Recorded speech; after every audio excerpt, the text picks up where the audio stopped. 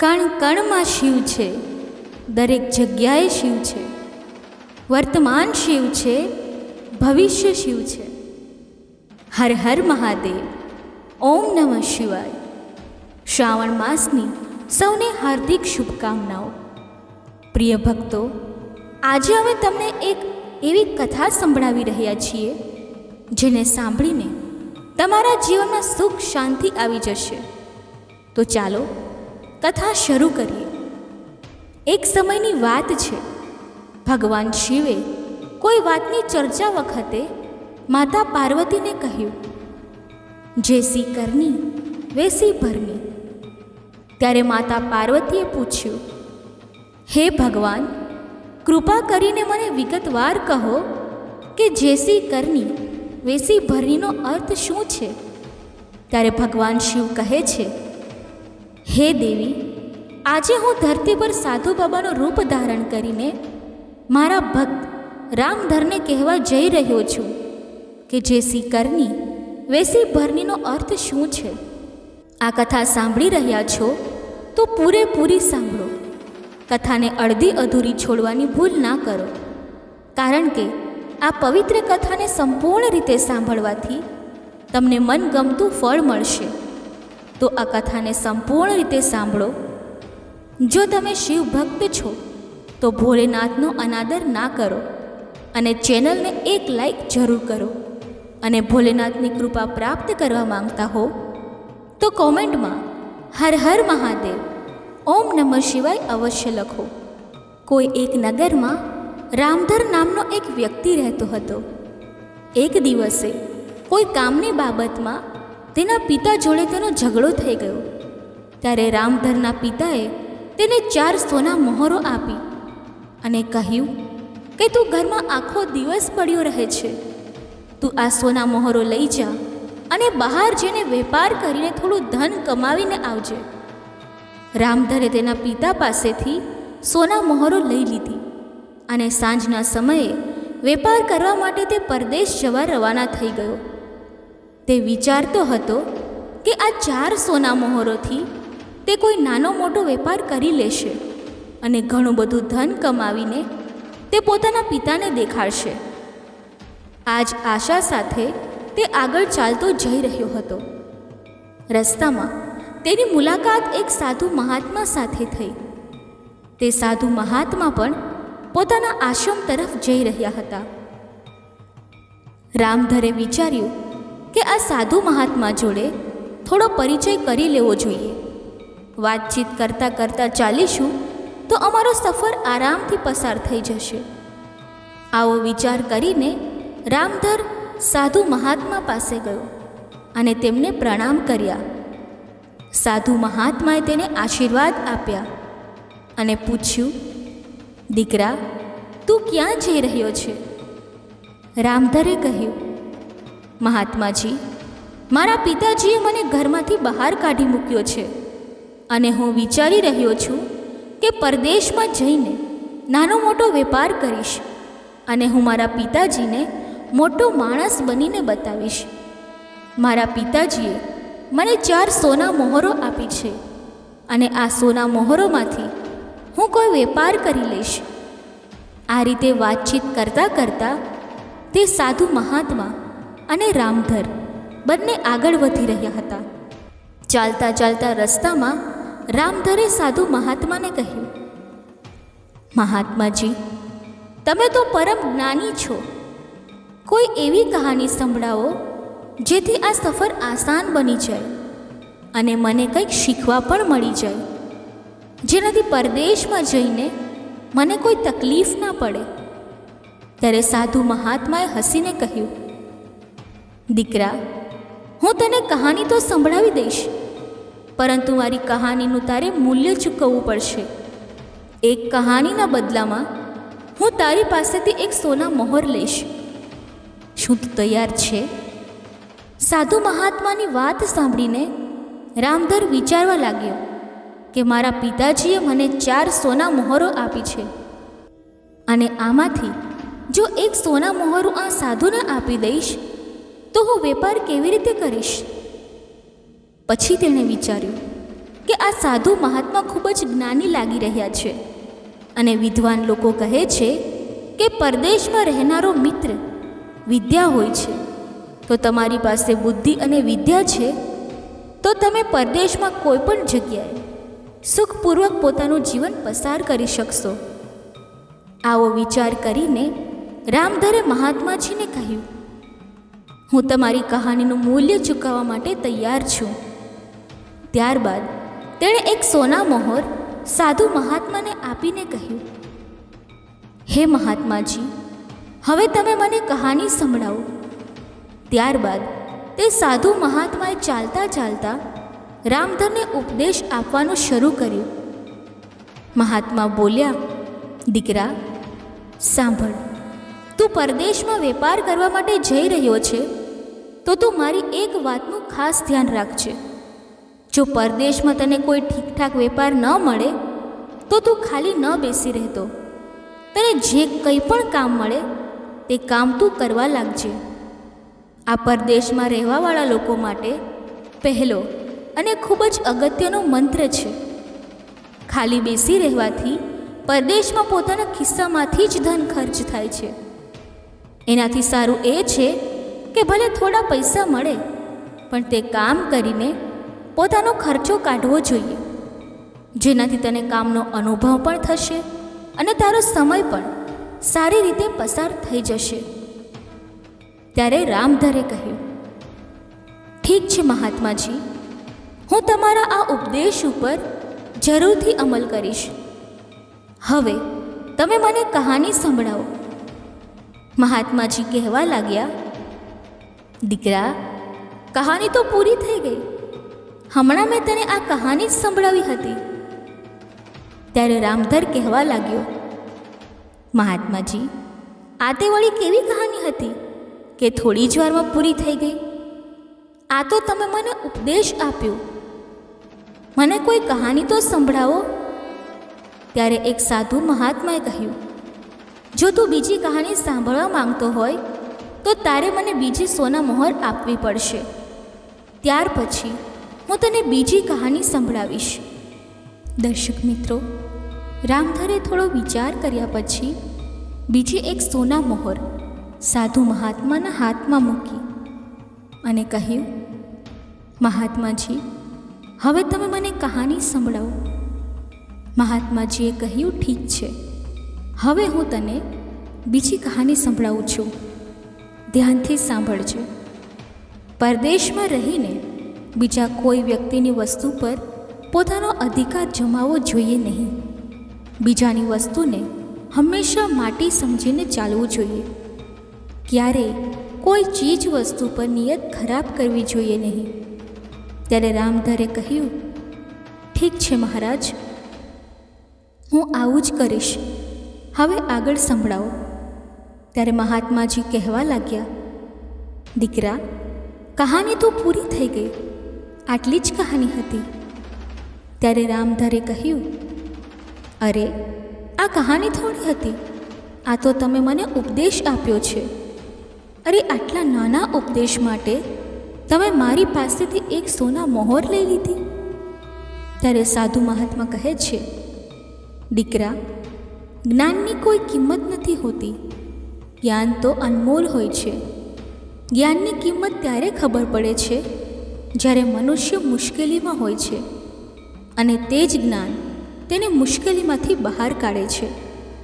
આ સાંભળી રામધર ખુશ થયો અને કહ્યું, હું તમને બીજી એક સોના મોહર આપું છું, તમે મને બીજો એક ઉપદેશ સમજાવો.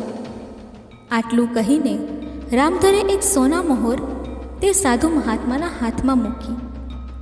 મહાત્માએ રામધરને ત્રીજી એક વાત જણાવી કે દીકરા, જીવનમાં ક્યારેય બીજા વ્યક્તિનું કોઈ ગુપ્ત રહસ્ય હોય અને તે તને ખબર પડી જાય ત્યારે તે રહસ્યને ત્રીજા વ્યક્તિને જણાવવું નહીં.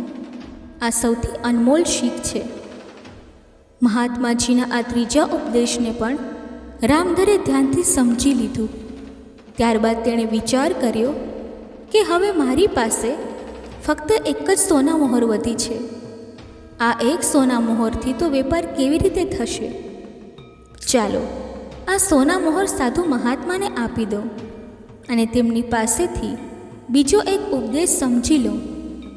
આવો વિચાર કરીને રામધરે ચોથા સોના મહોર પણ તે સાધુ મહાત્માના હાથમાં મૂકી દીધી અને કહેવા લાગ્યો, મહાત્માજી, હવે તમે મને બીજો એક ઉપદેશ આપો. મહાત્માજીએ કહ્યું, ઠીક છે દીકરા, હું તને ચોથો ઉપદેશ આપું છું અને આ ઉપદેશ જીવન માટે ખૂબ જ અનમોલ છે. આ ઉપદેશને હંમેશા યાદ રાખજે. આ રીતે તે મહાત્માજી રામધનને ચોથી વાત જણાવે છે કે દીકરા, જો તને રસ્તામાં કોઈ પ્રેમથી બોલાવે અને બેસવા માટે કહે તો પછી ભલેને ગમે તેટલું કિંમતી કામ હોય તો તેને બાજુમાં મૂકીને તે વ્યક્તિ પાસે 2 મિનિટ જરૂર બેસજે. તેની પાસે 2 મિનિટ વિતાવેલો સમય તને ખૂબ જ કામમાં આવશે. આ રીતે તે મહાત્માજીએ રામધનને ચોથો ઉપદેશ આપ્યો.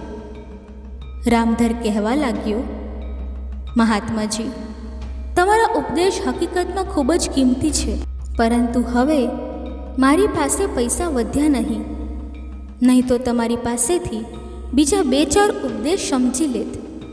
ત્યારે મહાત્માજીએ કહ્યું કે કોઈના પણ ઉપદેશ અને શિક્ષાને મૂલ્ય આપ્યા વગર ક્યારેય ગ્રહણ કરવા જોઈએ નહીં. તેમ છતાં તું કહે છે તો હું તને એક ઉપદેશ આપું છું જેનું હું તારી પાસેથી કોઈ મૂલ્ય નહીં લઉં. અને એ ઉપદેશ છે કે પરદેશમાં રહીને કોઈ દુરાચારી સ્ત્રીનો વિશ્વાસ કરવો નહીં. દુરાચારી સ્ત્રી વિશે કંઈ પણ અનુમાન લગાવી શકાય નહીં કે તેના મનમાં શું હોય છે, તેના દિલમાં શું હોય છે. મિત્રો, આ 5 ઉપદેશ આપીને સાધુ મહાત્માએ કહ્યું, દીકરા, આપણા બંનેનો સાથ ફક્ત આટલે સુધીનો જ હતો. બાજુમાં જ મારો આશ્રમ છે અને હવે હું મારા આશ્રમ પર જઈ રહ્યો છું. આટલું કહીને તે સાધુ મહાત્મા પોતાના આશ્રમમાં જતા રહે છે. રામધર ત્યાંથી આગળ વધે છે, પરંતુ તેના દિમાગમાં એક વાત ચાલી રહી હતી કે સાધુ મહાત્માએ 5 ઉપદેશના બદલામાં મારી પાસેથી 4 સોના મહોરો લઈ લીધી. સાધુને વળી ધનની શું જરૂર પડી? સાધુ સંતો વૈરાગી હોય છે. ધન દોલતનો ત્યાગ કરીને તે સાધુ બને છે. તો પછી તે સાધુ મહાત્માએ મારી પાસેથી સોના મહોરો કેમ લીધી? હું આ વાત જ્યારે પાછો મારા નગરમાં જઈશ ત્યારે સાધુ મહાત્માને જરૂર પૂછીશ. પછી તેણે વિચાર્યું કે જે કંઈ પણ હોય, આ સાધુ મહાત્માની આ 5 કિંમતી વાતો ખૂબ જ મહત્ત્વની છે. હું તેને હંમેશા યાદ રાખીશ. હવે રામધર પાસે પૈસા તો હતા નહીં. તેને એ ચિંતા સતાવા લાગી કે પરદેશમાં જઈને તે શું કરશે, શું ખાશે અને કેવી રીતે તે પોતાનો વેપાર શરૂ કરશે. આ બધી વાતોનો વિચાર કરતાં તે એક નગરમાં પહોંચી ગયો. નગરમાં પહોંચીને તે નોકરીની શોધખોળ કરવા લાગ્યો, કેમ કે ધન તો તેની પાસે હતું નહીં. તેણે વિચાર્યું કે કોઈને ત્યાં નોકરી કરી લઉં, કેમ કે સાધુ મહાત્માએ કહ્યું છે કે પરદેશમાં ખાલી બેસવું નહીં. નાનું મોટું જે કંઈ પણ કામ મળી જાય તેને કરી લેવું. નોકરીની શોધમાં રામધર અહીં ત્યાં બધા લોકોને પૂછી રહ્યો હતો. ત્યારે તેની મુલાકાત રાજાના એક નોકર સાથે થઈ. તે નોકર રાજાના તબેલામાં નોકરી કરતો હતો. તેનું નામ વિનયપાલ હતું. વિનયપાલ રાજાને ત્યાં રહીને તે તેમના ઘોડાઓની દેખભાળ કરતો હતો. તેણે જોયું કે એક માણસ નોકરીની તલાશમાં આમ તેમ ફરી રહ્યો છે. ત્યારે વિનયપાલે તેને પોતાની પાસે બોલાવ્યો અને કહ્યું, ભાઈ, તને કામની તલાશ છે અને મને રાજા નોકરીમાંથી રજા નથી આપી રહ્યો. મારા ઘરે મારી માં ખૂબ જ બીમાર છે. ઘણા દિવસોથી હું મારી માને મળવા માટે જઈ શક્યો નથી. રાજાએ મને કહ્યું છે કે હું તને એક શરત પર ઘરે જવાની રજા આપીશ. જો તું તારી જગ્યાએ બીજા કોઈ વ્યક્તિને કામ પર લગાવી દઈશ ત્યારે તને ઘરે જવાની રજા મળશે. ભાઈ, તું મારી જગ્યાએ રાજાને ત્યાં કામ પર લાગી જા. જે પણ વેતન મળશે તે તું રાખી લેજે. જ્યારે હું મારી માની ખબર જોઈને પાછો આવીશ ત્યારે તું બીજું કોઈ કામ શોધી લેજે. વિનયપાલની વાત સાંભળીને રામધરે વિચાર્યું કે અહીં ત્યાં ફરીને સમય બરબાદ કરવાથી તો સારું છે કે થોડા સમય માટે હું આ વ્યક્તિની જગ્યાએ કામ કરી લઉં અને ત્યારબાદ મારી પાસે પણ થોડા પૈસા આવી જશે. હું આ શહેરમાં નવો આવ્યો છું અને 1 મહિનામાં હું અહીંના લોકોને સમજી પણ જઈશ. આવો વિચાર કરીને રામધર વિનયપાલની જગ્યાએ કામ કરવા માટે તૈયાર થયો. વિનયપાલ રામધરને લઈને રાજમહેલમાં ગયો. દર્શક મિત્રો, તે રાજ્યના રાજા વિક્રમસેન ખૂબ જ બુદ્ધિશાળી અને ચક્રવર્તી હતા. તેમની એક પુત્રી હતી, વિદ્યાપ્રભા. વિદ્યાપ્રભા ખૂબ જ સુંદર હતી અને હમણાં જ તેણે યુવાનીમાં પગ મૂક્યો હતો. રાજા તેમની પુત્રીને ખૂબ જ પ્રેમ કરતા હતા, કેમ કે વિદ્યાપ્રભા તેમની એકની એક દીકરી હતી. મિત્રો, રાજાને ઘોડા પાળવાનો અને ઘોડેસવારી કરવાનો ખૂબ જ શોખ હતો. રાજાની પાસે એકથી એક ચડિયાતી જાતના ઘોડાઓ હતા. તે ઘોડાઓને સંભાળ રાખવા માટે રાજાએ ઘણા બધા નોકરો રાખ્યા હતા. તેમાંથી એક વિનયપાલ હતો. દરેક નોકરોના ભાગમાં 10-10 ઘોડા હતા. તેમને ખવડાવવા પીવડાવવા માટે રાજા તે નોકરોને સરખા પ્રમાણમાં વસ્તુઓ આપતા હતા. આ બાજુ રામધરને લઈને વિનયપાલ રાજા પાસે પહોંચ્યો અને હાથ જોડીને કહ્યું, મહારાજ, હું થોડા દિવસો માટે મારી બીમાર માને મળવા માટે ગામડે જઈ રહ્યો છું. જ્યાં સુધી હું પાછો ન આવું ત્યાં સુધી મારી જગ્યાએ આ વ્યક્તિ કામ કરશે. આનું નામ રામધર છે અને આ ખૂબ જ મહેનતી અને ઈમાનદાર વ્યક્તિ છે. મને તમારી આજ્ઞા જોઈએ છે. રાજાએ કહ્યું, વિનયપાલ, એમાં વળી આજ્ઞાની શું જરૂર છે? જો આ વ્યક્તિ તારો વિશ્વાસુ છે તો તેને લઈ જઈને તારું કામ સમજાવી દે અને ત્યારબાદ તું તારી બીમાર માની ખબર જોવા ઘરે જજે. પરંતુ ધ્યાન રાખજે કે મારા ઘોડાઓને દેખરેખ રાખવામાં કોઈ પણ જાતની બેદરકારી ન થવી જોઈએ અને જો તેમાં કોઈ પણ બેદરકારી થઈ તો તેના માટે હું રામધરને નહીં પણ તને દંડ આપીશ. વિનયપાલે કહ્યું, ઠીક છે મહારાજ, તમને ફરિયાદનો કોઈ મોકો નહીં મળે. હું તેને બધું જ કામ સરસ રીતે સમજાવી દઈશ. આ રીતે રાજાની આજ્ઞા લઈને વિનયપાલ રામધરને લઈને ઘોડાઓના તબેલામાં પહોંચ્યો. ત્યાં જઈને જોયું તો હજારો ઘોડા બાંધેલા હતા. વિનયપાલે રામધરને કહ્યું, જો રામધર, મારા ભાગમાં રાજાએ 10 ઘોડા આપ્યા છે. તારે 10 ઘોડાઓની દેખભાળ કરવાની છે. તેમને તારે ખવડાવવાનું છે અને તેનું ધ્યાન રાખવાનું છે. રામધરે કહ્યું, ઠીક છે મિત્ર, હું આ કામ ખૂબ જ ઈમાનદારી અને નિષ્ઠાથી કરીશ. ત્યારબાદ વિનયપાલ રામધરને તેનો ઓરડો બતાવે છે અને કહે છે કે આજથી તારે આ ઓરડામાં રહેવાનું છે. આ રીતે વિનયપાલ રામધરને જવાબદારી સોંપીને પોતાના ગામ તરફ જવા રવાના થાય છે. આ બાજુ રામધર ઘોડાઓની દેખભાળમાં લાગી જાય છે. રામધર દરરોજ ઘોડાઓને નવડાવતો હતો અને ત્યારબાદ તેને ખવડાવતો હતો. મિત્રો, રાજાને ત્યાંથી ઘોડાઓને ખવડાવવા માટે દરેક નોકરને 20 કિલો ચણા આપવામાં આવતા હતા. રામધરે તે ચણાને એક પોટલીમાં બાંધી દીધા અને તેને તબેલામાં જઈને પાણીમાં પલાળીને પીસીને ઘોડાઓને ખાવા માટે આપી દીધા. જ્યારે તે પોતાના કામમાંથી પરવારી ગયો ત્યારે તેણે વિચાર કર્યો કે હવે સમય છે તો બાકીના નોકરો સાથે બેસીને થોડી વાતચીત કરવી જોઈએ. આવો વિચાર કરીને રામધર બીજા નોકરો પાસે જઈને બેસે છે, જે રાજાના બીજા ઘોડાઓની દેખભાળ કરતા હતા. તેણે જોયું કે બધા નોકરો એક ઓરડામાં ભેગા થઈને દારૂ પી રહ્યા હતા. અને તેમના ઘોડા હજુ પણ ભૂખ્યા હતા. ત્યારે રામધર કહેવા લાગ્યો, અરે ભાઈ, તમે હજુ સુધી તમારા ઘોડાઓને ચણા નથી ખવડાવ્યા અને તમે દારૂ પીવામાં લાગી ગયા છો. ત્યારે તે નોકરોએ રામધરને કહ્યું કે અમારું કામ કર્યા વગર અમે ક્યારેય નશો કરતા નથી. અમે બધા અમારા ઘોડાઓને ખોરાક નાખી ચૂક્યા છીએ અને ત્યારબાદ જ અમે અહીં ભેગા થઈને દારૂ પીવા બેઠા છે. રામધરે જોયું કે રાજાને ત્યાંથી ઘોડાઓને ખવડાવવા માટે જે ચણા મળ્યા હતા તે હજુ પણ તે નોકરોની પાસે જ હતા. રામધરે કહ્યું, અરે ભાઈ, તમે કેમ જૂઠું બોલી રહ્યા છો? તમારી પાસે હજુ ઘણા બધા ચણા પડ્યા છે અને તમે કહી રહ્યા છો કે અમે અમારા ઘોડાઓને ખવડાવી દીધું છે. ત્યારે નોકરોએ કહ્યું કે અમારી પાસે જે ચણા પડ્યા છે તે ઘોડાઓને ખવડાવવા માટે નથી. તેનો તો અમે બજારમાં વેચીને અમારા માટે દારૂની વ્યવસ્થા કરીએ છીએ.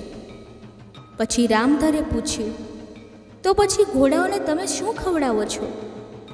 ત્યારે નોકરે કહ્યું કે રાજા અમને 20 કિલો ચણા આપે છે.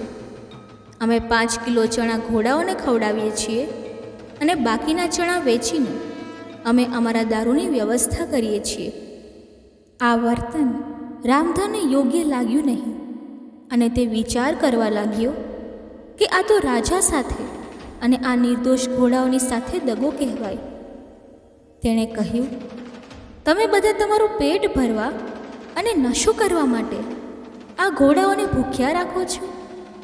ત્યારે બધા નોકર કહેવા લાગ્યા કે જો ભાઈ, પેટ ભરવા માટે તો આ બધું કરવું જ પડે છે. રાજા પાસેથી જે વેતન મળે છે તેનાથી અમારું ગુજરાન સારી રીતે ચાલતું નથી. અને એમ પણ ધનથી કોનું પેટ ભરાયું છે? તું પણ આવું કર. તને કોણ રોકે છે? તને વિનયપાલે તેની જગ્યાએ અહીં મૂક્યો છે એટલે અમે તને આ વાત જણાવી દીધી.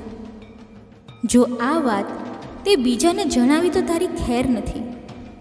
તે નોકરોની વાત સાંભળીને રામધર ચૂપચાપ પોતાના ઓરડામાં આવી ગયો.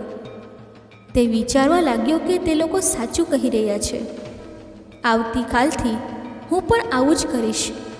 બેઈમાની કરીને હું પણ ઘણા બધા પૈસા ભેગા કરી લઈશ.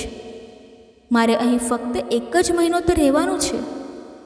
વિનયપાલના આવતા જ તે મારી પાસેથી આ કામ છીનવી લેશે.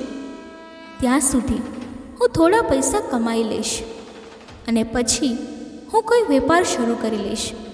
દર્શક મિત્રો, ખાટલામાં સૂતા સૂતા રામધર આવો વિચાર કરી રહ્યો હતો. ત્યારે જ તેને તે સાધુ મહાત્માની બીજી વાત યાદ આવે છે કે કોઈ બીજાના ધન અને સંપત્તિ પર છળકપટથી પોતાનો અધિકાર જમાવવો જોઈએ નહીં. બીજાનું ધન અને બીજાની વસ્તુ માટી સમાન સમજવી જોઈએ. તેના પર ક્યારેય પોતાની નિયત ખરાબ કરવી જોઈએ નહીં. આ વાત યાદ આવતા જ રામધરના વિચારો બદલાઈ ગયા અને તે વિચારવા લાગ્યો કે હું ભૂખ્યો રહીશ, પરંતુ આ પાપનું ધન ક્યારેય ખાઈશ નહીં. દર્શક મિત્રો, તે દિવસથી રામધર ખૂબ જ ઈમાનદારીથી ઘોડાઓની દેખભાળ કરવા લાગ્યો. 1 મહિનાની અંદર રામધરના 10 ઘોડાઓ એકદમ ખડતલ અને તંદુરસ્ત દેખાવા લાગ્યા.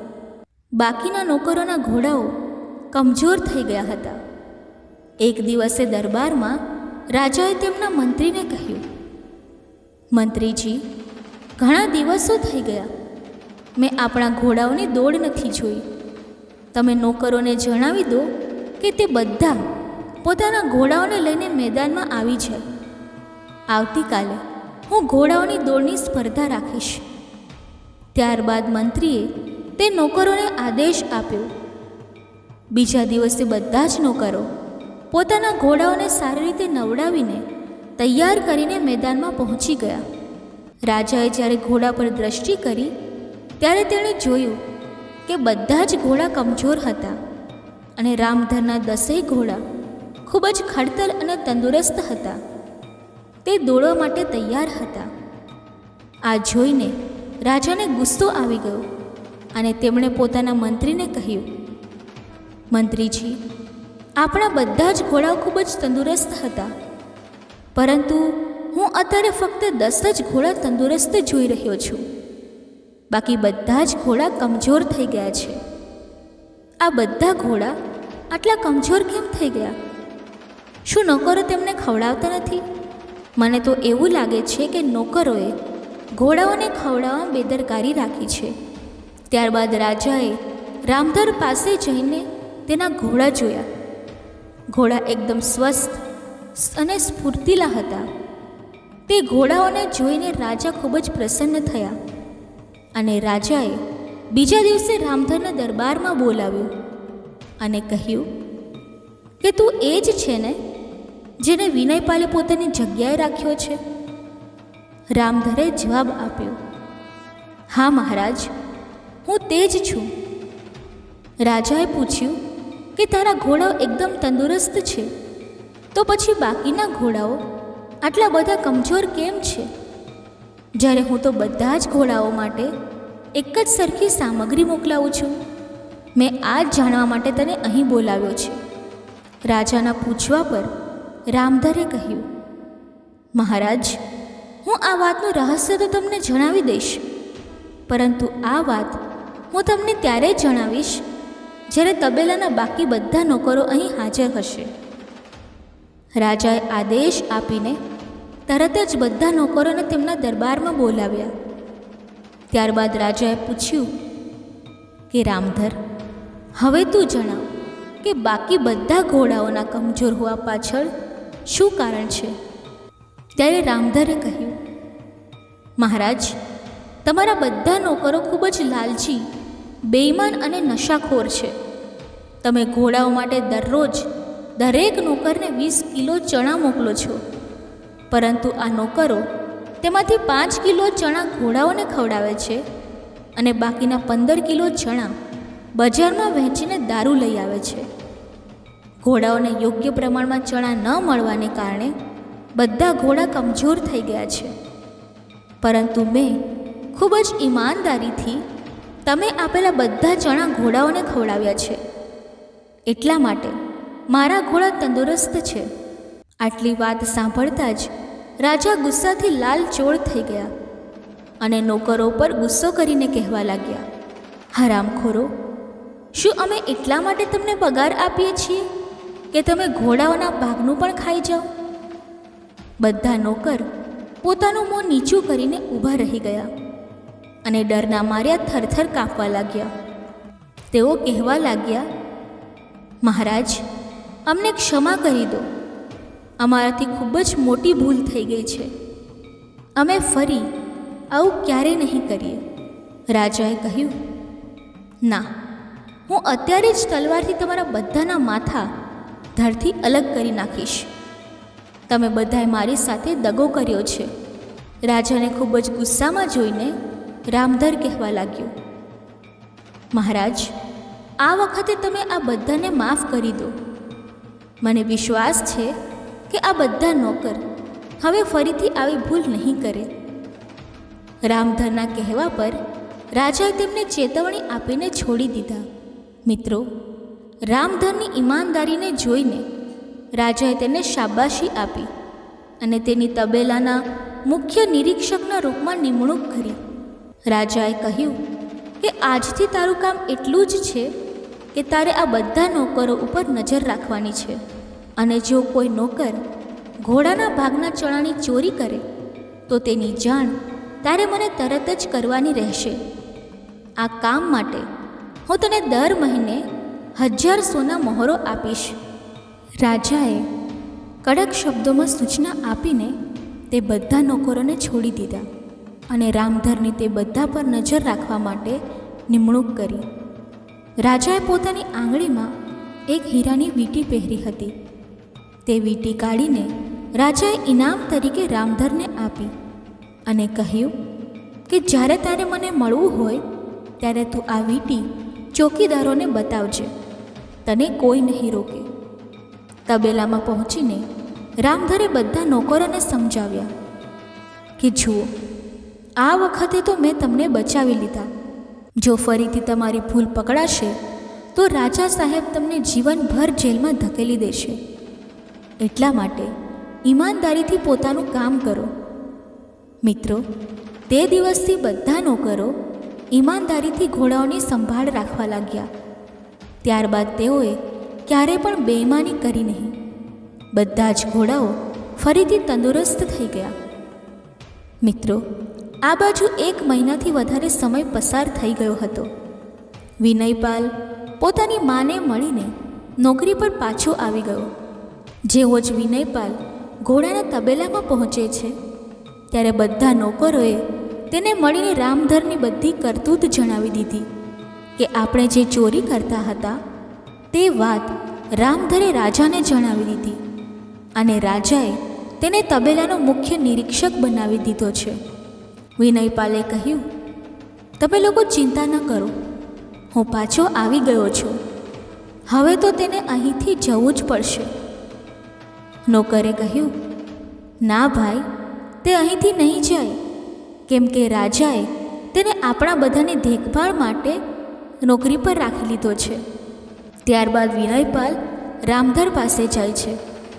તે સમયે રામધર પોતાના ઓરડામાં આરામ કરી રહ્યો હતો. વિનયપાલને જોઈને રામધર એકદમ ખુશ થઈ જાય છે અને કહે છે, મિત્ર, તું આવી ગયો. તને જોઈને મને ખૂબ જ આનંદ થયો. વિનયપાલ રામધરની પાસે બેસે છે ત્યારે રામધર વિનયપાલને ત્યાં જે ઘટના બની તેના વિશે જણાવે છે. વિનયપાલ કહેવા લાગ્યો કે તારાથી પહેલાં મને આ વાતની ખબર પડી ગઈ હતી. ત્યારબાદ બંને લોકો સાથે બેસીને ભોજન કરે છે અને ભોજન કર્યા પછી પોતાની પથારીમાં સૂઈ જાય છે. વિનયપાલ મનમાં ને મનમાં રામધરની ઈર્ષ્યા કરી રહ્યો હતો, કેમ કે રાજાએ તેને તેના કરતાં પણ ઊંચા પદ પર નોકરી આપી દીધી હતી અને રામધરે નોકરોની ચોરી રાજાને પકડાવી હતી. એટલા માટે વિનયપાલ તેનાથી ઈર્ષ્યા કરવા લાગ્યો. મિત્રો, વિનયપાલ પણ ચોરી કરતો હતો અને તેને રામધરનું આ વર્તન સહેજ પણ પસંદ આવ્યું નહીં. વિનયપાલ રામધરને નીચો દેખાડવા માંગતો હતો, તેની પાસે બદલો લેવા માંગતો હતો. વિનયપાલ પોતાના ઓરડામાં જઈને સૂઈ ગયો અને રામધર તેના ઓરડામાં જતો રહ્યો, કારણ કે રાજાએ તેને એક અલગ ઓરડો આપ્યો હતો. તે દિવસે આકાશમાં વાદળો ઘેરાયેલા હતા. ઝરમર ઝરમર વરસાદ વરસી રહ્યો હતો. વીજળી ગરજી રહી હતી. બીજી બાજુ રાજકુમારી વિદ્યાપ્રભાની આંખોમાં ઊંઘ નહોતી, કેમ કે રાજાની પુત્રી વિદ્યાપ્રભા અને વિનયપાલની વચ્ચે પ્રેમ પ્રસંગ ચાલી રહ્યો હતો. રાજકુમારી અવારનવાર વિનયપાલને મળવા આવતી હતી.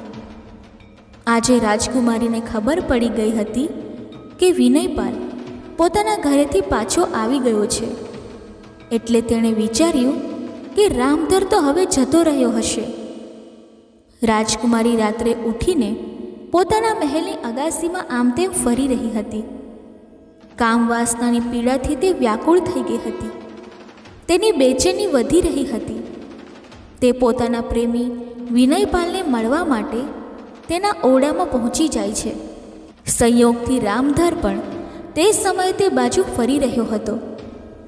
અચાનક જેવો જ રામધર વિનયપાલના ઓરડાની નજીક પહોંચ્યો ત્યારે તેને તેના ઓરડામાંથી કોઈ સ્ત્રીનો અવાજ સંભળાયો. રામધરે ચોરી છુપીથી તે ઓરડાની અંદર જોયું તો વિનયપાલની સાથે રાજકુમારી વિદ્યાપ્રભાને જોઈને તે આશ્ચર્યચકિત થઈ ગયો. રામધર આ બધું જોઈને ચૂપચાપ પોતાના ઓરડામાં જતો રહ્યો. બીજી બાજુ વિનયપાલે રાજકુમારીને કહ્યું, પ્રિય, આ સમયે રામધર આપણા રસ્તાનો સૌથી મોટો કાંટો છે. ગમે તેમ કરીને તું રામધરને મરાવી નાખ, ત્યારે જ આપણે નિશ્ચિંત થઈ જઈશું. રાજકુમારીએ કહ્યું, પ્રાણનાથ, આ તો નાની વાત કહેવાય.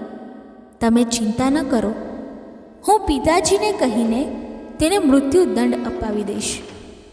દર્શક મિત્રો, બીજી બાજુ રામધર વિચારી રહ્યો હતો કે વિનયપાલ રાજાની આંખોમાં ધૂળ નાખીને તેમની પુત્રીને પ્રેમ કરી રહ્યો છે. આ તો રાજાની સાથે વિશ્વાસઘાત કહેવાય. મારે આ ખબર રાજા સાહેબને આપવી જોઈએ. રામધર આવો વિચાર કરીને રાજાને સંદેશ આપવા રાજમહેલ તરફ જવા લાગ્યો. ત્યારે તેને સાધુ મહાત્માની ત્રીજી વાત યાદ આવી. મહાત્માજીએ કહ્યું હતું કે કદાચ કોઈનું ગુપ્ત રહસ્ય ખબર પડી જાય તો તેને કોઈ ત્રીજા વ્યક્તિને જણાવવું નહીં તો તમે જાતે જ મુશ્કેલીમાં ફસાઈ શકો છો. આ વાતનો વિચાર કરીને રામધર ત્યાં ઊભો રહી ગયો અને વિચારવા લાગ્યો કે જો મેં આ વાત રાજાને જણાવી તો બની શકે કે રાજા સાહેબ મારી આ વાતનો વિશ્વાસ ન કરે અને તે કહેશે કે તું મારી દીકરીને ખોટી બદનામ કરી રહ્યો છે. ઉલટાનો હું જ રાજાના ક્રોધનો શિકાર બની જઈશ. આવો વિચાર કરીને રામધર પાછો પોતાના ઓરડામાં આવી ગયો અને ચૂપચાપ પથારીમાં સૂઈ ગયો. બીજી બાજુ રાજકુમારી વિનયપાલને મળ્યા પછી પોતાના મહેલમાં જતી રહે છે અને પોતાના કક્ષમાં જઈને તે અંદરથી દરવાજો બંધ કરી દે છે અને જોર જોરથી રડવા લાગે છે. રાજકુમારી રડતા રડતા મોટેથી બૂમો પાડવા લાગી, બચાવો બચાવો. રાજકુમારીનો અવાજ સાંભળીને તેના નોકર ચાકર અને દાસીઓ જાગી ગઈ. ખૂબ જ ઉતાવળમાં રાજાને આ સમાચાર આપવામાં આવ્યા અને દોડતા દોડતા રાજા સાહેબ વિદ્યાપ્રભાના કક્ષમાં પહોંચી ગયા અને તેમની પુત્રીને પૂછ્યું, દીકરી, શું થયું? તું કેમ રડી રહી છે? દર્શક મિત્રો, વિનયપાલના કહેવા પર રાજકુમારીએ એક ષડયંત્ર રચ્યું હતું. તે એકદમ કહેવા લાગી, પિતાજી, તમે જે નવા નોકરને નોકરી પર રાખ્યો છે તેણે મારી સાથે જબરદસ્તી કરી છે. તે રાત્રે મારા કક્ષમાં આવ્યો અને મારી ઇજ્જત લૂંટવાનો પ્રયત્ન કરવા લાગ્યો અને જ્યારે મેં બૂમો પાડી ત્યારે તે બારીમાંથી કૂદીને ભાગી ગયો. તમારા દ્વારા આપેલી વીંટીનો તેણે ગેરલાભ ઉઠાવ્યો છે. ચોકીદારોને વીંટી બતાવી તે મહેલમાં ઘૂસી ગયો હશે. પોતાની દીકરીને આ વાત સાંભળીને રાજા એકદમ ગુસ્સાથી લાલચોળ થઈ ગયા અને કહેવા લાગ્યા, દીકરી, તું ચિંતા ન કરીશ. તે દુષ્ટની એટલી હિંમત કે તે આપણા મહેલમાં ઘૂસી આવ્યો છે. હું હમણાં જ તેને બોલાવીને તેની ખબર લઉં છું. રાજકુમારીએ કહ્યું, પિતાજી, તેની ખબર લેવાથી કોઈ ફાયદો નથી. તેની આ ભૂલ માટે જ્યાં સુધી તેને મૃત્યુદંડ ન આપવામાં આવે ત્યાં સુધી હું અન્ન જળ ગ્રહણ કરીશ નહીં. રાજાએ કહ્યું, પુત્રી, આવું જ થશે. આવતીકાલે હું તેને મૃત્યુદંડ આપીશ. રાજકુમારીને આશ્વાસન આપીને રાજા પોતાના કક્ષમાં આવી જાય છે. આ બાજુ રાજકુમારી મનમાં ને મનમાં ખૂબ જ ખુશ થાય છે અને તે ખુશ થઈને વિચારવા લાગી કે આજે મારું ષડયંત્ર સફળ થઈ ગયું. હવે મારા અને વિનયપાલની વચ્ચે કોઈ અડચણ નહીં આવે. ત્યારબાદ રાજકુમારી નિશ્ચિંત થઈ ગઈ અને તે પોતાની પથારીમાં સૂઈ ગઈ. રાજા પોતાના સ્વયં કક્ષમાં પહોંચ્યા, પરંતુ તેમની આંખોમાંથી ઊંઘ ઉડી ગઈ હતી. તેઓ વિચારી રહ્યા હતા કે આવતીકાલે સવારે હું રામધરને દરબારમાં બોલાવીને તેને મૃત્યુદંડ આપીશ. પરંતુ ત્યારે જ તેમના મનમાં એક બીજો વિચાર આવે છે. રાજા વિચાર કરવા લાગ્યા કે જો દરબારના લોકો મને પૂછશે કે આ નોકરને કઈ વાતનો મૃત્યુદંડ આપવામાં આવ્યો છે તો હું શું જણાવીશ? જો હું તેમને જણાવીશ કે આ નોકરે મારી પુત્રીની ઇજ્જત લૂંટવાનો પ્રયાસ કર્યો છે તો આમાં મારી જ બદનામી થશે. લોકો પીઠ પાછળ મારી જ બુરાઈ કરશે, મારી ઇજ્જત ઉછાળશે. ત્યારે રાજાના મનમાં એક બીજો ઉપાય આવ્યો. તેમણે વિચાર્યું કે હું તેને કાયદા હેઠળ તો સજા ન આપી શકું, પરંતુ હું તેને બીજાના હાથે ચૂપચાપ મરાવી નાખીશ. આનાથી કોઈને ખબર પણ નહીં પડે અને મારી પુત્રી પર ખરાબ દ્રષ્ટિ કરનારને તેને તેની સજા પણ મળી જશે.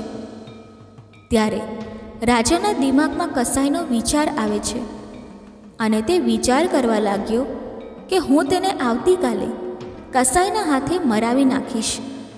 આ બધી વાતોનો વિચાર કરીને રાજા સૂઈ જાય છે અને બીજા દિવસે સવારે ઉઠીને બહાર ફરવા માટે નીકળે છે. અને ફરતા ફરતા તે પોતાના રાજ્યની બહાર એક કસાઈના કતલખાને પહોંચી જાય છે. કસાઈએ જોયું કે રાજા સ્વયં મારી પાસે આવ્યા છે. ત્યારે તે તરત જ તેમના ચરણોમાં પડીને કહેવા લાગ્યો, મહારાજ, તમે અહીં આવવાનું કષ્ટ કેમ કર્યું? મને સંદેશો મોકલાવ્યો હોત તો હું જાતે જ તમારી પાસે આવી જાત. રાજાએ કહ્યું, ના, આ કામ તો મારે જાતે આવીને જ કરવાનું હતું. મારે તને કંઈક અગત્યનું કામ સોંપવાનું છે. તારી પાસે હું એક માણસને મોકલીશ. તારે તેનું માથું વાઢી નાખવાનું છે અને ત્યારબાદ ફરી એક માણસને મોકલીશ અને એક કપડામાં બાંધીને તારે તે માથું તે માણસને આપી દેવાનું છે. આ વાતની કોઈને પણ ખબર થવી ના જોઈએ. આ સાંભળીને કસાઈ એકદમ ચોંકી ઉઠ્યો અને કહેવા લાગ્યો કે મહારાજ, તમે આ શું કહી રહ્યા છો? રાજાએ કહ્યું, હા, એકદમ સાચું કહી રહ્યો છું. થોડીવાર પછી હું તારા કતલખાને એક માણસને મોકલીશ. તું તેને તારા કતલખાનાની અંદર લઈ જઈને મારી નાખજે. આ કામના બદલામાં હું તને ખૂબ જ મોટું ઇનામ આપીશ. અને જો તે આ કામ ના કર્યું તો હું તને અને તારા પરિવારના સભ્યોને જેલમાં નાખી દઈશ. રાજાની ધમકી સાંભળીને કસાઈ ગભરાઈ ગયો અને કહેવા લાગ્યો, મહારાજ, તમે ચિંતા ન કરો. તમે જેને મોકલશો તેના માથાને ધડથી અલગ કરીને તેના ધડના ટુકડા કરીને હું બીજા જાનવરોને ખવડાવી દઈશ અને તેના માથાને તમારી પાસે મોકલાવી દઈશ. મિત્રો, કસાઈને આદેશ આપીને તે રાજા પોતાના મહેલમાં પાછા આવી ગયા. બીજી બાજુ કસાઈ તે રાજાના મોકલેલા માણસની રાહ જોવા લાગ્યો. મહેલમાં પહોંચીને રાજાએ સૈનિકોને આદેશ આપ્યો અને રામધરને બોલાવડાવ્યો. રામધર, હું તને કોઈ જરૂરી કામથી નગરની બહાર મોકલી રહ્યો છું અને મને વિશ્વાસ છે કે આ કામ ફક્ત તું જ કરી શકીશ. રામધરે કહ્યું, જણાવો મહારાજ, મારા માટે શું આજ્ઞા છે? હું તમારા માટે કંઈ પણ કરવા તૈયાર છું. ત્યારે રાજાએ કહ્યું, રામધર, તારે અત્યારે કોઈ જરૂરી કામથી એક કસાઈને ત્યાં જવાનું છે અને તે તને જે વસ્તુ આપે તે ચૂપચાપ મારી પાસે લઈ આવવાની છે. પરંતુ એક વાતનું વિશેષ ધ્યાન રાખજે. આ કામ તારે એકદમ ચોરી છુપેથી કરવાનું છે. કોઈને પણ આ વાતની ખબર થવી જોઈએ નહીં. રામધરે કહ્યું, જેવી તમારી આજ્ઞા મહારાજ. હું તમારા કામને હમણાં જ પૂરું કરી દઉં છું. આટલું કહીને રામધર તરત જ તે કસાઈની પાસે જવા નીકળી પડ્યો. મિત્રો, રામધરના મનમાં એ વિચાર આવી રહ્યો હતો કે રાજાને આટલું અગત્યનું શું કામ આવી ગયું જે રાજા મારી પાસે કરાવી રહ્યા છે. પછી વિચાર્યું, જે હોય તે, કમસે કમ રાજા મને એ લાયક તો સમજ્યો કે હું તેમના કોઈ કાર્યને કરી શકું છું. ચાલતા ચાલતા તે રાજ્યની બહાર નીકળી ગયો. તેણે જોયું કે ત્યાં એક ઝૂંપડી હતી અને ઝૂંપડીની બહાર કેટલાક સાધુ સંતો કીર્તન ભક્તિ કરી રહ્યા હતા. રામધર તે ઝૂંપડીની પાસે થઈને પસાર થઈ રહ્યો હતો. ત્યારે એક સાધુએ રામધરને ઈશારો કરીને પોતાની પાસે બોલાવ્યો અને કહ્યું, દીકરા, થોડીવાર માટે અહીં બેસીને ભગવાનનું ભજન કર. જીવનમાં કમાયેલું બધું જ અહીં જ રહી જવાનું છે. ફક્ત આ ભજન ભક્તિ જ તમારી સાથે આવશે. ત્યારે રામધરે કહ્યું, માફ કરજો મહારાજ, હું કોઈ અગત્યના કામથી જઈ રહ્યો છું. આ સમયે હું નહીં રોકાઈ શકું. આટલું કહીને રામધર આગળ વધે છે. ત્યારે અચાનક તેના મનમાં તે સાધુ મહાત્માએ કહેલી ચોથી વાત ગૂંજવા લાગે છે કે ભલે ગમે તેટલું અગત્યનું કામ હોય, લાખોનું નુકસાન થવાનું હોય, પરંતુ રસ્તામાં જતાં કોઈ પ્રેમથી 2 મિનિટ બેસવાનું કહે તો તેની પાસે 2 મિનિટ જરૂર બેસવું જોઈએ. સાધુ મહાત્માની આ વાત યાદ આવતા જ તરત જ રામધર તે સાધુ સંતો પાસે ભજન કીર્તન કરવા માટે બેસી જાય છે. બીજી બાજુ વિનયપાલ વિચાર કરવા લાગ્યો કે રાજાએ સવારમાં રામધરને તેમની પાસે કેમ બોલાવ્યો હશે અને તે હજુ સુધી પાછો કેમ નથી આવ્યો. દર્શક મિત્રો, વિનયપાલ રાજમહેલની આસપાસ ફરી રહ્યો હતો ત્યારે બારીમાંથી રાજાએ જોયું કે વિનયપાલ નીચે આમ તેમ ફરી રહ્યો છે.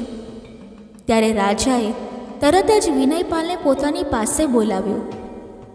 રાજાએ વિચાર કર્યો કે વિનયપાલને જ રામધરનું માથું લેવા માટે મોકલી દેવો જોઈએ. હવે તો કસાઈએ તેનું માથું ધડથી અલગ કરી દીધું હશે. રાજાએ તરત જ વિનયપાલને આદેશ આપ્યો કે તું હમણાં જ કસાઈના કતલખાને જા અને કસાઈ તને જે વસ્તુ આપે તેને ચૂપચાપ લઈ આવજે અને રાજકુમારીના કક્ષમાં મૂકી દે છે. રસ્તામાં તે વસ્તુને ખોલીને જોવાની ભૂલ ના કરતો. વિનયપાલે કહ્યું, જેવી તમારી આજ્ઞા મહારાજ. આટલું કહીને વિનયપાલ કસાઈની પાસે પહોંચી ગયો. દર્શક મિત્રો, કસાઈની પાસે પહેલાં રામધરને જવાનું હતું, પરંતુ રામધર તો બીજી બાજુ સંતોની પાસે કીર્તન ભક્તિમાં લીન થઈ ગયો હતો.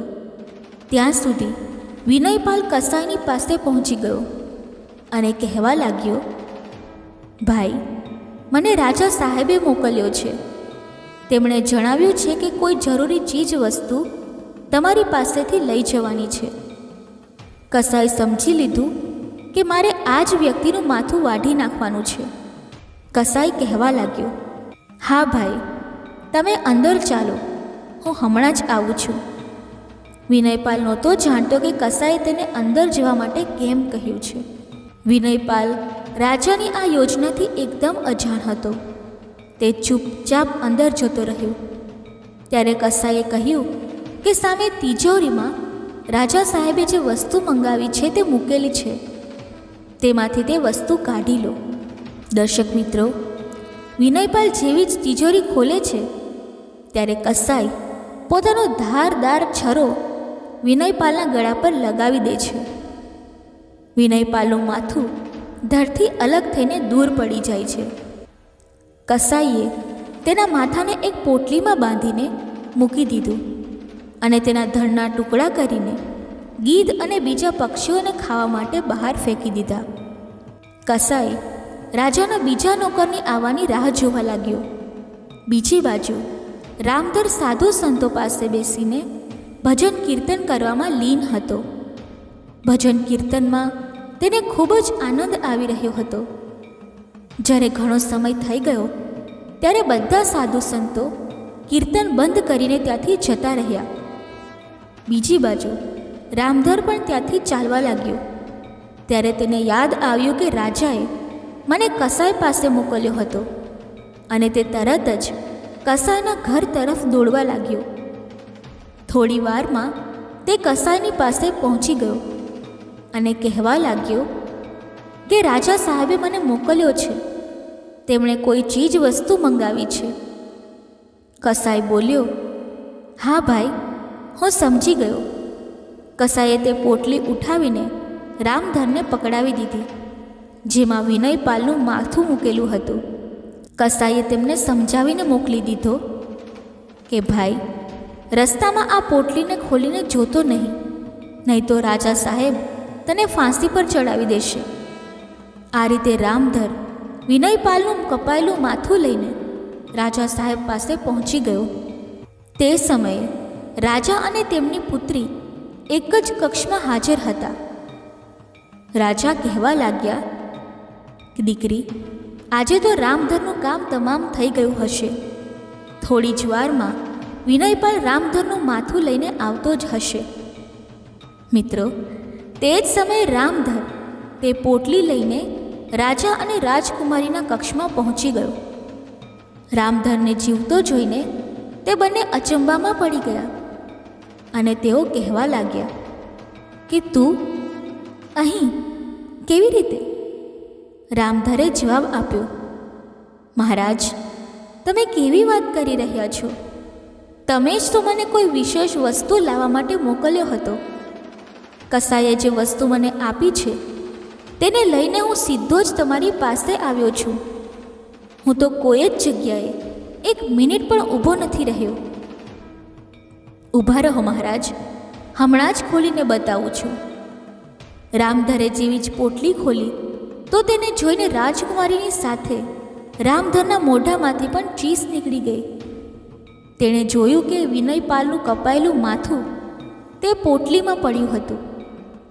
રામધરનો ચહેરો પરસેવાથી રેબઝેબ થઈ ગયો. રાજાને એ સમજતા સહેજ પણ વાર નહીં લાગી કે રામધરની જગ્યાએ તે કસાએ વિનયપાલનું માથું કાપી નાખ્યું છે. જરૂર વિનયપાલ રામધરથી પહેલાં કસાઈની પાસે પહોંચી ગયો હશે. કસાઈ તો બંનેમાંથી કોઈને પણ ઓળખતો નહોતો કે બંનેમાંથી કોને મારવાનો છે અને કોને છોડી મૂકવાનો છે. હવે રડતા રડતા રામધર પૂછવા લાગ્યો, મહારાજ, આ શું મામલો છે? તમે વિનયપાલને કેમ મારી નખાવ્યો? રાજાની પાસે કોઈ જવાબ નહોતો. એટલામાં રાજકુમારી વિનયપાલના કપાયેલા માથાને લઈને જોર જોરથી રડવા લાગી અને કહેવા લાગી કે હે પ્રીતમ, હું નહોતી જાણતી કે મારી આ ચાલ તારા પર જ ઊંધી પડી જશે. નહીં તો હું આવી રમત ક્યારેય પણ ના રમતી. તારા કહેવા પર જ મેં રામધર પર આરોપ લગાવ્યો હતો. તારી ખુશી માટે જ હું તેને મારવા માંગતી હતી, પરંતુ રામધર ખૂબ જ નસીબદાર નીકળ્યો, એટલે જ તે જીવતો બચી ગયો.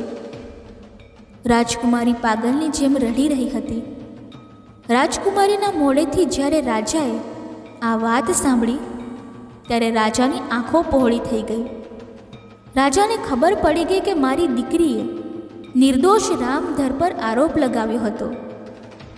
રાજાએ ગુસ્સામાં આવીને મ્યાનમાંથી પોતાની તલવાર બહાર કાઢી અને પોતાની પુત્રીને કહેવા લાગ્યા, તું સાચે સાચું જણાવ કે રામધરને મારી નાખવો એ શું તારી ચાલ હતી? સાચે સાચું જણાવ, નહીં તો હું તારું માથું ધડથી અલગ કરી દઈશ. રાજકુમારીએ ગભરાઈને બધી જ વાત સાચે સાચી રાજાને જણાવી દીધી. આ સાંભળીને રાજા પોતાનું માથું પકડીને ત્યાં જ બેસી ગયા. રાજાની આંખો સામે અંધારું છવાઈ ગયું અને કહેવા લાગ્યા, હું આ શું કરવા જઈ રહ્યો હતો? હું એક નિર્દોષ વ્યક્તિને મારી દુરાચારી પુત્રીના કહેવા પર જાનથી મારવા જઈ રહ્યો હતો. હે ભગવાન, તમે મને બચાવી લીધો, મને માફ કરી દેજો.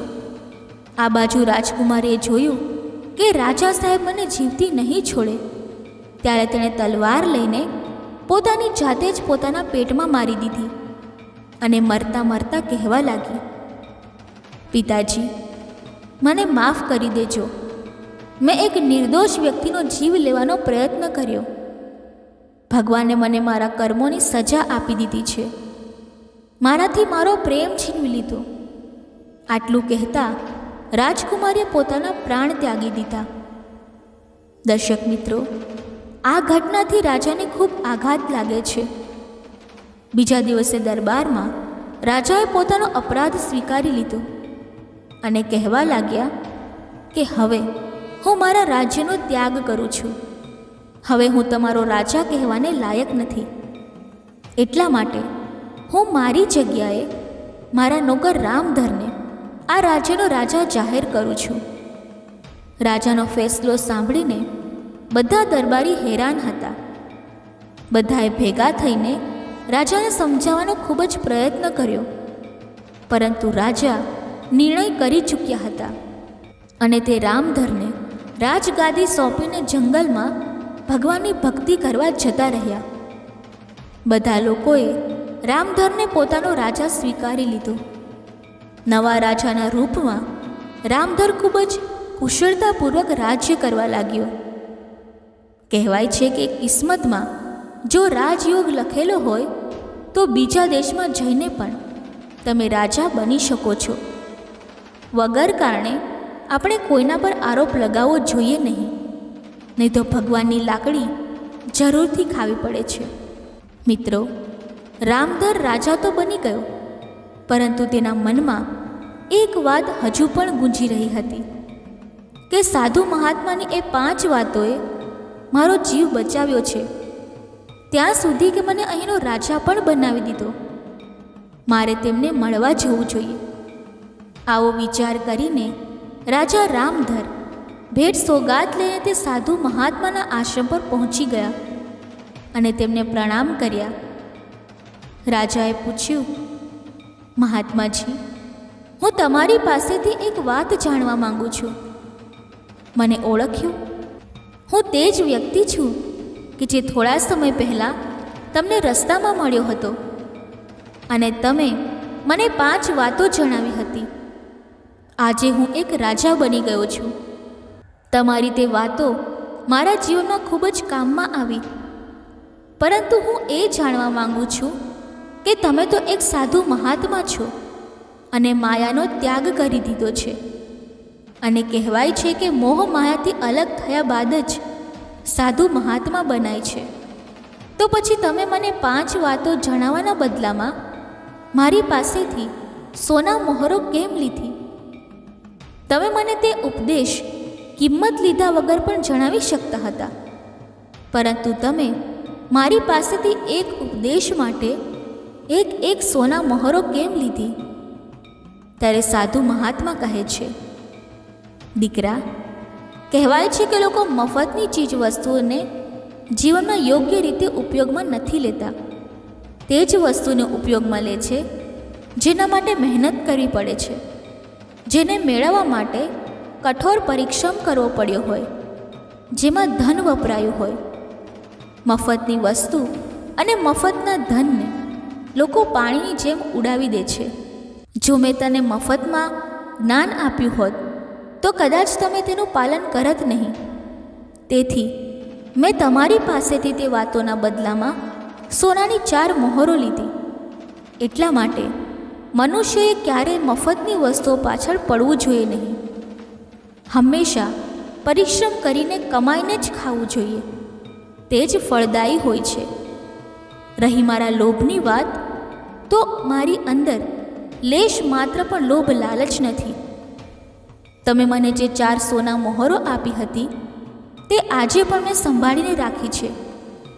તમે ઈચ્છો તો તેને અત્યારે લઈ જઈ શકો છો. આ મારા કોઈ કામની નથી.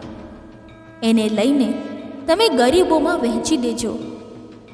સાધુ મહાત્માની વાત સાંભળી રાજાએ સાધુ મહાત્માને સાષ્ટાંગ પ્રણામ કર્યા. ત્યારબાદ રાજા રામધર પાછા પોતાના રાજ્યમાં આવીને કુશળતાપૂર્વક પોતાનું રાજ્ય સંભાળવા લાગ્યા. મિત્રો, આ કહાની પાછળનો બોધ એ છે કે જીવનમાં ક્યારેય પણ મફતની ચીજ વસ્તુ લેવી જોઈએ નહીં. બીજી વાત, આપણે કોઈની સાથે કપટ કે દગો કરવો જોઈએ નહીં. ત્રીજી વાત, કોઈના દ્વારા આપવામાં આવેલું જ્ઞાન કે ઉપદેશને આપણે ક્યારેય પણ ભૂલવા જોઈએ નહીં અને હંમેશા જીવનમાં ઉતારવા માટે પ્રયત્ન કરવો જોઈએ. આમ કહીને શિવજી તેમની કથા અહીં સમાપ્ત કરે છે. દર્શક મિત્રો, આ કથા તેમને કેવી લાગી એ કોમેન્ટ બોક્સમાં જરૂરથી જણાવજો. જો આ કથા તમને ગમી હોય તો લાઈક કરજો, શેર કરજો અને સબસ્ક્રાઈબ કરજો. ધન્યવાદ. જય શ્રી કૃષ્ણ. રાધે રાધે.